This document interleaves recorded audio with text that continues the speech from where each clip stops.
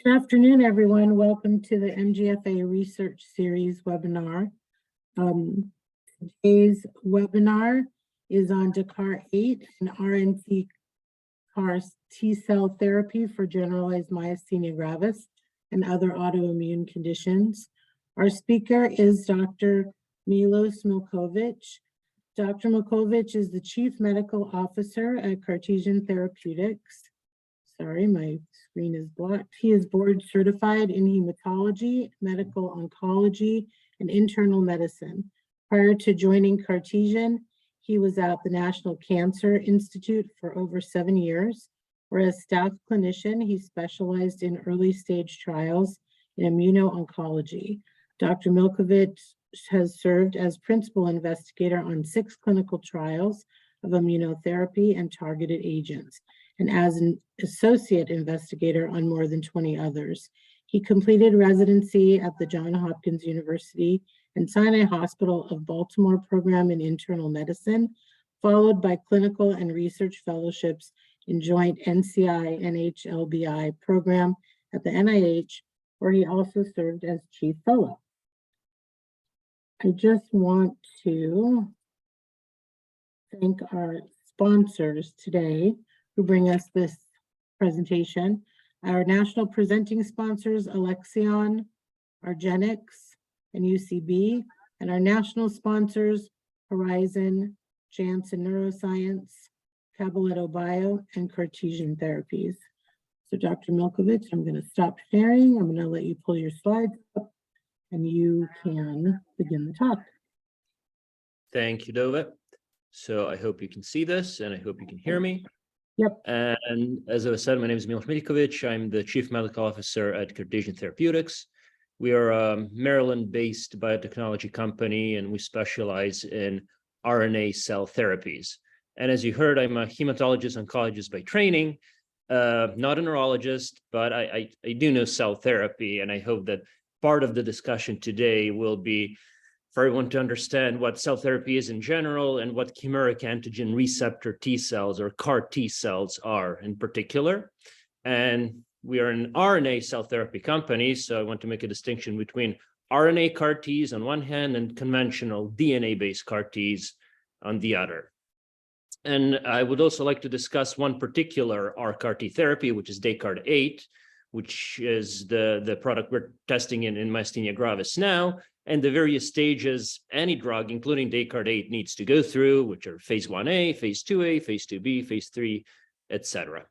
So both Descartes-08 as a treatment and myasthenia as a disease, as a condition, have to do with the immune system. One is an immunotherapy and the other is a disease of the immune system, an autoimmune disease. And immune system is a really complex mechanism. It has dozens and dozens of parts. Here are 12, which is what one cartoonist illustrated, 12 different types of cells.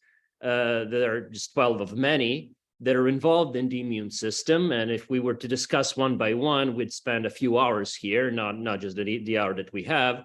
But for this particular study and for Descartes-08 and myasthenia, we really need to focus on 2 cells of the immune system. One, which is what Descartes-08 is based on, is a cytotoxic T cell. That's the hero of our story. That's the cell that we'll use to fight disease. And the other is plasma cell. Now, plasma cells actually have a function in a healthy body. They're the cells that produce antibodies, and antibodies are an important part of our immune system. Many of you have probably heard about the antibodies we get in response to infection, in particular COVID, either after an infection or a vaccine. So they do have their good role, their good function. Unfortunately, plasma cells can go rogue, so they can be the villains. And in myasthenia gravis, they are the villains because the antibodies they're producing are antibodies not against an infectious agent, but against our own antigens, parts of our own bodies. And then they're called autoantibodies. So when they go rogue, you need to know how to deal with them. And cytotoxic T cells here in large are really good with dealing with rogue cells, usually with cancer cells. Here, I mean, the illustration is one thing, and it's a pretty good illustration because it shows something like a weapon syringe, because the way these cells kill other cells is they engulf them and inject different toxic substances into them. But here on the right, you had researchers at University of Cambridge who made a video of a cytotoxic T cell, which is in yellow here, engulfing a cancer cell, which is in blue. So they're really good at that job. Unfortunately, for them to do that job in our bodies, they need a lot of support. So we're starting to bring in a lot of other actors that we showed a few slides ago. Here's a macrophage, here's a dendritic cell. The role of these cells is to help guide the cytotoxic T cell onto the target cell, because the T cells don't know on their own what's a bad cell and what's a good one. They need help from these to point them to the right direction. And we won't go into the mechanism about how that's done. And then another thing is they can overdo their role. They can produce too much inflammation. And to prevent that, you have these T regulatory cells, or Tregs. They're there to tamp down the mechanism. So it's a really complex system that you can't really target it specifically, usually, because there's so many actors in play. But scientists have come up with a mechanism, and that's the CAR protein, or chimeric antigen receptor, that you can look at as sort of a guide for the cytotoxic T cell to find the target cell without any help, and to get activated without any help. So these CAR proteins bypass all the complex activation mechanisms and suppression mechanisms to help point the cytotoxic T cell directly to their target. Now, CARs, chimeric antigen receptors, are proteins. Proteins are the workhorses, the building blocks of our bodies. Most components of our bodies are made of proteins. And proteins are really difficult to make. In fact, there isn't a machine where you can type in a sequence and have it spit out a protein for you. We have a lot of proteins that are in clinic now. There are therapeutic antibodies, for example, other types of proteins, enzymes that we need to use cells to make. Usually bacterial cells are the ones that make proteins in big vats. And then you purify it, and then you give it as a drug. Here we want a different thing. We want our own cell, a T cell, to produce a protein. And the way that the cell knows how to make a protein, and the cells are the best protein factories out there, is through our genes, our genomes.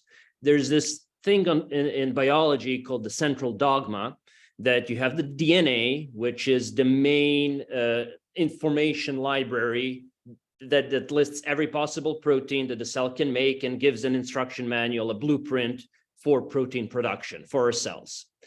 Now, then there's RNA, which is sort of a short transcript, just one bullet point out of that long instruction manual that shows the cell how to make one specific protein. And then you have the protein itself. So this process from DNA to RNA is called transcription. This process from RNA to protein is called translation. But that's the decided point. The main thing is for you to teach the cell how to make a protein, you can do it through DNA, a big instruction manual, or through RNA, just one bullet point. And both have been done in research and in clinic. And the thing about DNA is that it is very durable. You might have heard about DNA that's been isolated from fossils, like mammoth DNA or dinosaur DNA even. It sticks around for a really long time. So if you put some DNA into the cell, that is a permanent change. There's no going back, at least that we know of. Second thing is, as the cells divide, the DNA divides with it. It is self-replicating. That's how we are all around. Our DNA keeps dividing as our cells divide. So changes are irreversible, they're self-replicating, and pieces of DNA that you put into the cell like to stick to other DNA. So they like to insert themselves into our genome. So there is potential for a mutation to happen because the DNA that you introduce may interfere with the DNA that's already there. And that's a few of the reasons why we're not a DNA cell therapy. So we looked at RNA as a different mechanism to teach a cell how to make protein. And RNA is more fragile, it's ephemeral, it's temporary. It's there just as long as you need the protein, and then it degrades really quickly. In fact, many of you may have heard about mRNA vaccines, and a lot of work has been done, decades of work, to make RNA stick around for longer than just a few hours for cells to be able to make protein that RNA encodes. So it has limited half-life. And then it's not self-replicating. As the cell divides, the RNA gets degraded, diluted out. So any changes that you make are only temporary. It's only there as long as you need it. Once you don't need it anymore, it's gone. And it does not insert itself into the DNA. So there are no changes to the genome with RNA therapy. So that's DNA, RNA, and proteins. And Descartes-08, which is in the title of this talk, is an autologous RNA CAR T therapy. I hope we've covered the T cell part. You remember the cytotoxic T cell. We covered the CAR part, that's the chimeric antigen receptor. It's the protein that guides the T cell directly to the target cell that you want to eliminate. And then RNA is in this slide. We're using RNA for the reasons I stated. It's temporary changes and no changes to the genome, and it's controlled activation of the T cell. Now for the autologous part. Autologous means that it's the patient's own T cells that we use, not somebody else's T cells, but patient's own T cells that we use to make Descartes-08. And the way it works is through a process called apheresis. Now, if you have myasthenia, or if you know somebody who has myasthenia, you may have heard about plasma exchange. Plasma exchange is a process where there's a machine that takes blood out, it separates out just the plasma, you discard that plasma, and then you infuse somebody else's plasma. That's plasma exchange. Apheresis that we do is similar, but different in a way that we take out some of the blood, we take out only some of the white blood cells, and we insert back, we infuse back everything else. So red blood cells, plasma, platelets, all of that is back. We only save the white blood cells. And that's an apheresis pack. That pack, which is a small bag, it gets shipped to Cartesian, to our facilities in Maryland, refrigerated. And then what we do is grow the cells in, it's not really a petri dish, it's a bigger flask, sort of one that's shown here, and we grow them for a week or so. So we get to from a few 100 million cells to billions and billions, to tens of billions of T cells. And that process picks out the healthiest T cells, and we select out only the cytotoxic T cells out of the one, and they are in a really nice nurturing broth in this flask. They really like that environment, and they get healthy and nearly active. Once we get to those tens of billions of cells, we insert mRNA, which is what we discussed in the last slide. And then after a few hours, the cells start making the CAR protein. But even before then, we freeze those cells, those tens of billions of T cells with mRNA inside small cryo vials that are kept at a really low -80°C temperature, and they can stay in those frozen vials for years and years. So they're stable at that low temperature. Whenever they need to be given, we transport them to clinic where they're thawed out and can be infused. And they can be infused outpatient. So because of the safety profile and how little side effects there are, we can actually do it in clinic, outpatient. There's no need for inpatient admissions. There's no need for long-term monitoring, unlike conventional DNA-based CAR Ts, which universally all need to have inpatient infusions and at least a week of monitoring in patients for side effects, which can be pretty severe. Also, unlike conventional DNA CAR Ts, there's no requirement for lymphodepleting chemotherapy. You may have heard, if you know somebody who's had CAR Ts for other reasons, that they get chemo first and then they get the cells. Because we use RNA and not DNA, that's also not needed for Descartes-08. Now, once the cells are infused, we need to see what their purpose is. And for that, we need to go through slightly complex mechanism of myasthenia and how myasthenia starts. And the focus on myasthenia is usually that it's an autoantibody disease. So you have a lot of these antibodies that target part of the nervous system called the neuromuscular junction. Neuromuscular junction is the piece where nerves connect to the muscles. And it's where the information about what we want to do that starts out from our brains and goes down the nerves gets to the muscle so it can contract and twitch. And if that part is destroyed, it will lead to weakness. That's the main characteristic of myasthenia gravis. And the treatments that are in use so far, even the newest treatments, mostly focus on this part, the complement, which are the damaging proteins that destroy the actual neuromuscular junction, and that antibodies attract them and get them to destroy it. So there are complement inhibitors, and some treatments that remove the autoantibody. Plasma exchange that does that, efgartigimod or Vygar does that as well. But autoantibodies don't just come out of nowhere. We know that there's a plasma cell behind that's making all those autoantibodies. And these treatments deal with the antibody. They may deal with the complement, but the plasma cell is still there. It sticks around. And it'll keep producing the antibody, which is why these treatments need to be given continuously. On top of that, the plasma cell also didn't just pop in there out of nowhere. We know that every plasma cell, including pathogenic, bad plasma cells that are behind myasthenia gravis, start from a B cell. So you also have a bad B cell that needs some help from a T helper cell that need to communicate, interact, and that makes B cell turn into a plasma cell. So if this is the main villain, these two are what turned them bad. They're sort of the henchmen, also evil henchmen. So it would be good if we could deal with these two as well.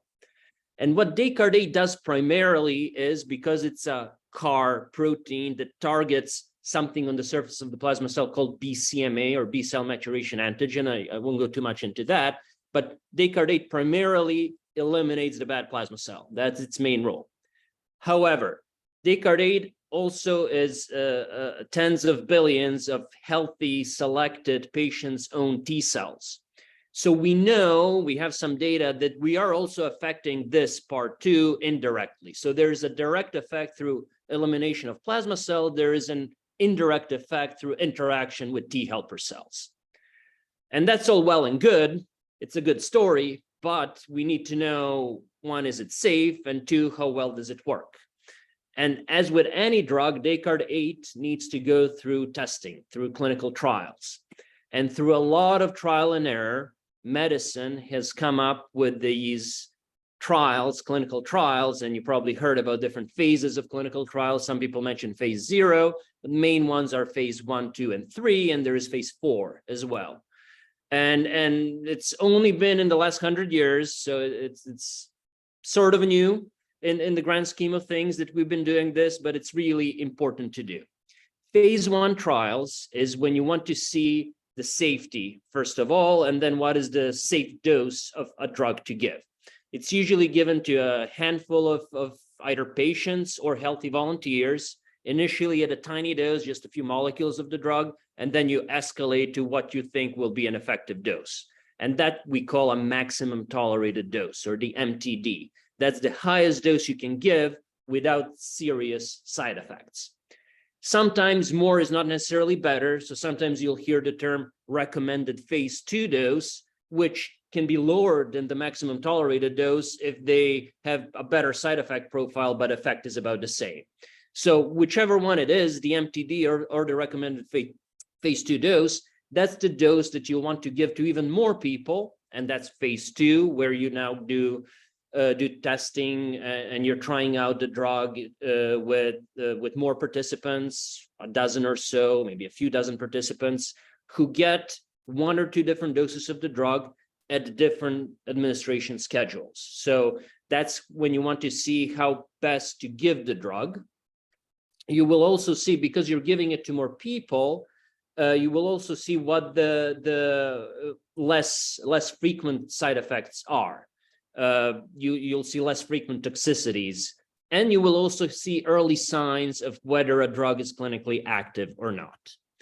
And if it turns out that there are good signs that there may be something there, that the drug is clinically active, then you'll want to do a phase 3 study. And in a phase 3 study, it's hundreds, sometimes thousands of patients who get either the drug or a control. So there's equal chance to get either one or the other. So we call that randomization. So it's a randomized trial. And because you have a control, there are randomized controlled trials, or RCTs. Now, this control can sometimes be a dummy drug or a placebo if there are no good alternatives to the drug that you're testing, or it can be a different drug, what we call a standard of care, quote unquote, that you're comparing the investigational drug against. And the FDA wants at least one, sometimes two phase 3 trials to show that there is a meaningful difference between a control and the drug that you're testing. And if that is the case, then you're able to get that drug commercially. And that's when we get to phase 4, when thousands, tens of thousands, hundreds of thousands of people now have experience with the drug. And that's when you can see some really rare side effects sometimes, and you can see maybe effects that you didn't expect, which may sometimes be beneficial. So sometimes you might do other trials based on that phase 4 data. So it can take a while. It can take a decades for a drug to go from the lab to phase 1 to phase 3 and approval. FDA has come up with the mechanisms to speed that up. There's this thing called accelerated approval. There are other mechanisms, but it's really important to do, because the time before that was the time of snake oil salesmen. That was the time when anybody could sell anything and say that it does anything and and they won't be accountable for anything. So it's important for a drug to get through this. Now that's drug testing in general. For Descartes-08 in particular, and for Descartes-08 in myasthenia in particular, we want to know, this is what we looked at. We wanted to know what the safe dose is, and we tested the drug in other conditions first, and we gave it to dozens of patients, and we identified the maximum tolerated dose, and there were no serious side effects, particularly no side effects that are usually associated with CAR T therapy, and they were given outpatient without any problems. And the FDA allowed us to see if that dose is safe in myasthenia gravis. So in the first part of the study, MG01, we gave increasing doses of the drug to 3 patients with severe myasthenia gravis who really had no other alternative treatments. And it turned out that the highest dose was safe. And that's what we proceeded to test in the phase 2A part, which is part 2. Now, in the phase 2A part, we tested 3 different schedules of giving Descartes-08. We tried 6 doses. So all 3 schedules had 6 doses, given either twice a week for 3 weeks, once a week for 6 weeks, or once a month for 6 months. So there were these 3 stages. And monthly did not seem to be either patient-friendly or worth pursuing further, but with weekly dosing in particular, twice weekly too, we saw deep and sustained responses. And you'll see that in the next few slides, and you'll see why we're so enthusiastic about it. So now we've come to a phase 2B randomized controlled trial where we will compare Descartes-08 to placebo. And it has crossover design, meaning that all patients will be able to get Descartes-08 eventually, just that one half will get it right away. The other half will get placebo first. And then after a certain period, if we see that the patient was randomized to placebo, they will be offered to get Descartes-08 next. So how do we know if a drug is safe? We want to see the frequency of adverse events, and you'll see the safety of Descartes-08 in the next slide. The other thing we need to know is, how do we know that a drug is active? Now, in some conditions, there's a blood test you can do, there's a CAT scan or an MRI that you can take that will give you a number, something that you can measure to see whether the disease, the condition is getting better or worse. As you probably know, there is no such thing in myasthenia. There are people who have really high antibody levels and not that many symptoms. There are people who don't have antibodies right now, or they're really low, or they never had detectable antibodies. That's called seronegative myasthenia, and they still have severe symptoms. So that's not a way to measure. Neurologists have come up with these 4 scales, clinical scales, to give some sort of measure, some semi-objective sense of how bad the symptoms are. And the 4 scales are Myasthenia Gravis Activities of Daily Living, or MGADL. That is an 8-item scale where you get either 0, 1, 2, or 3 points for different activities of daily living. And people with myasthenia either fill these surveys out themselves or neurologists ask them questions about these fields. And you can have a score of 0. Somebody who has no myasthenia would have a score of 0. Or you can have a score of 24, which is the most severe kind of myasthenia that you can imagine. Now, there is this consensus among neurologists that if a treatment can give you a 2-point drop in this scale, so if it can improve your MG-ADL score by 2 or more, then that's a clinically meaningful difference. It's more than just day-to-day variations in how things are doing. Also importantly, MG-ADL asks you about these areas in the last 7 days. So it's not right in the moment. It's not how have things been for the last few months. It's a weekly overview of symptoms. And that's the scale that's in use not only in clinical trials, but also in practice. Some of you may have done those surveys at the neurologist's office because it's also a way for a neurologist to have a sense of where things are. Quantitative myasthenia gravis, or QMG, is another more objective scale. It uses neurologists' assessments of how strong some muscles are, and it uses actual numbers. Now, those numbers, and there's 13 of them, are still converted into a score. So you can have a score of 0, 1, 2, or 3 at each of those tests. So a score of 0 is, again, no symptoms. A score of 39 is the most severe myasthenia that you can have. But it uses actual instruments, not just questions. There's an instrument that measures the strength of your hand grip. There is an instrument called spirometer that measures how strong your breathing is, and it gives a number called FVC. So once those numbers are plugged in, it gives a QMG score.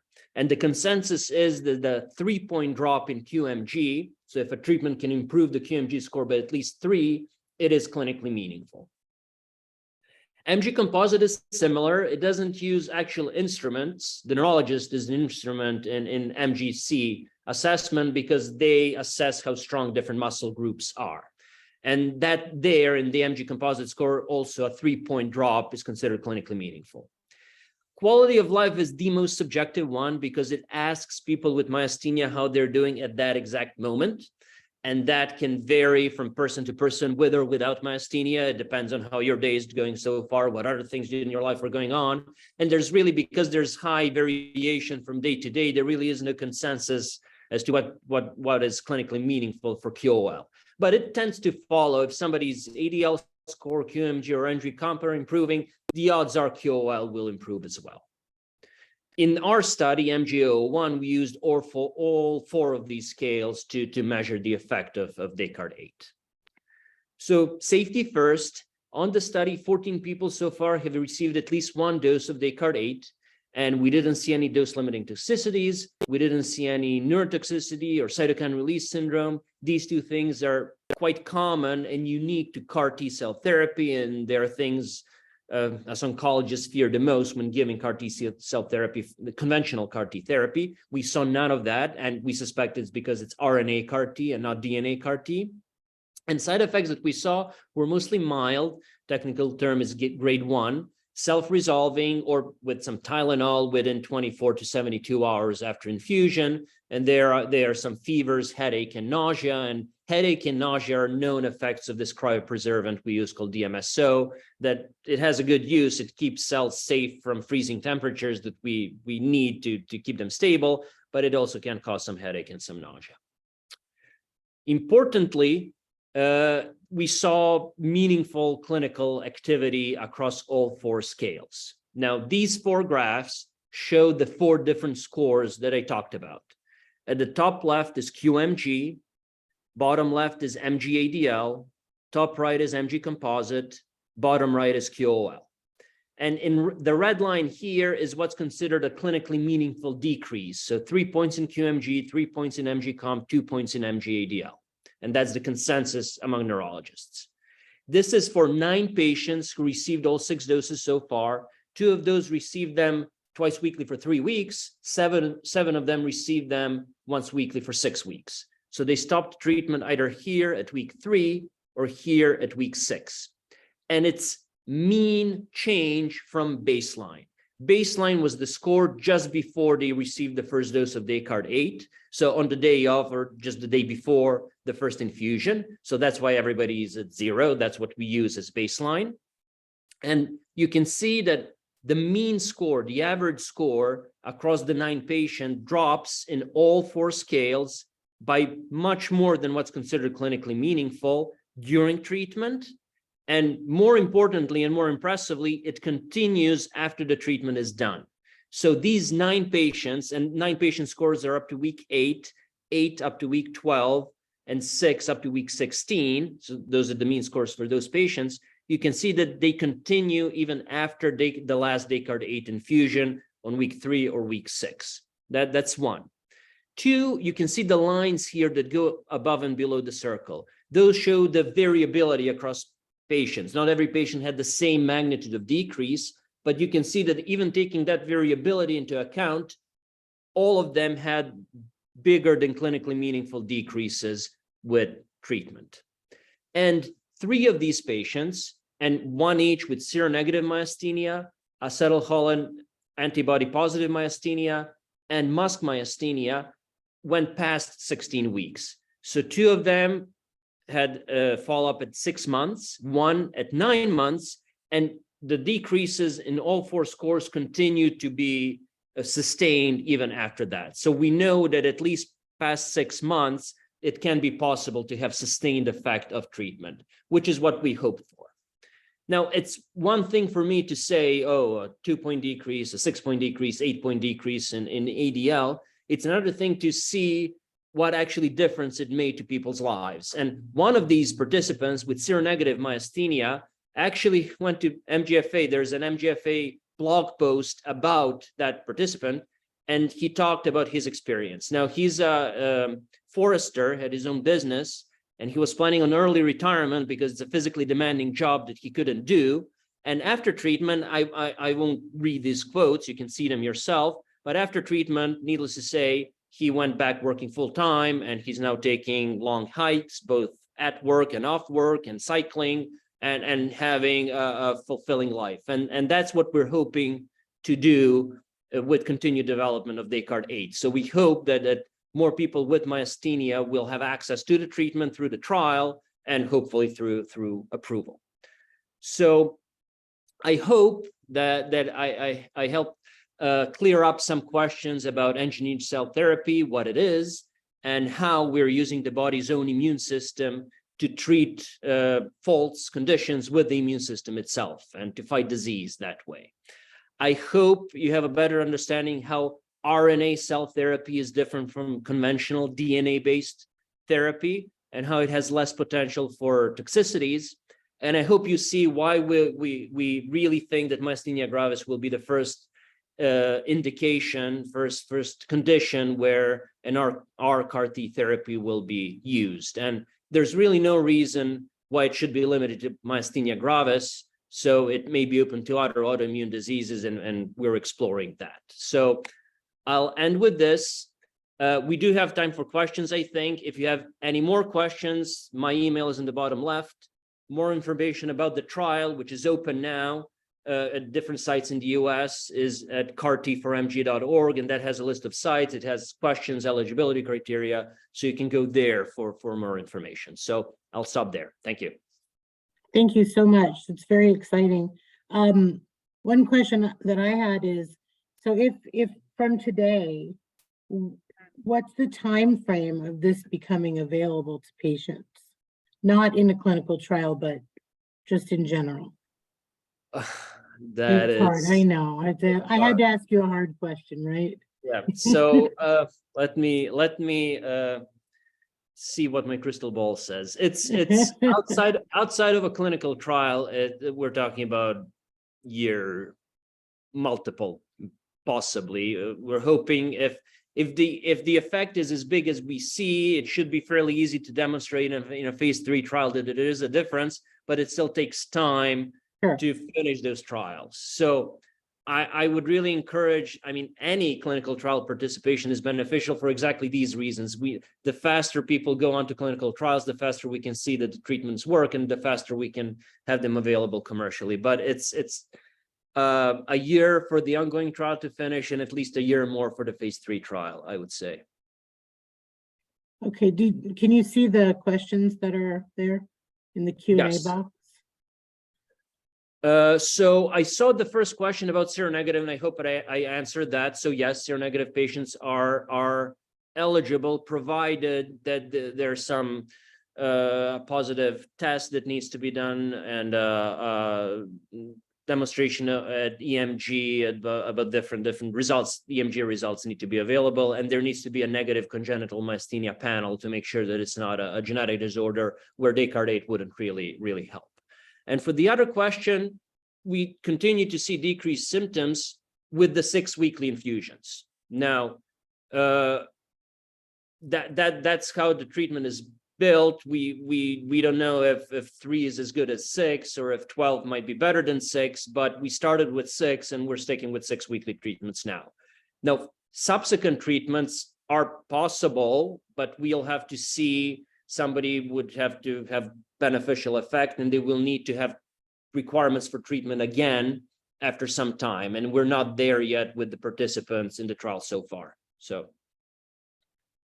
So for the phase 3, we need to finish the phase 2b trial first. So phase 2b trial is open now, and we have sites in California. So I would encourage you to go to the website and see that is open to enrollment. And it is a randomized phase 2b trial. Phase 3 trial will probably have a really similar design to the phase 2b.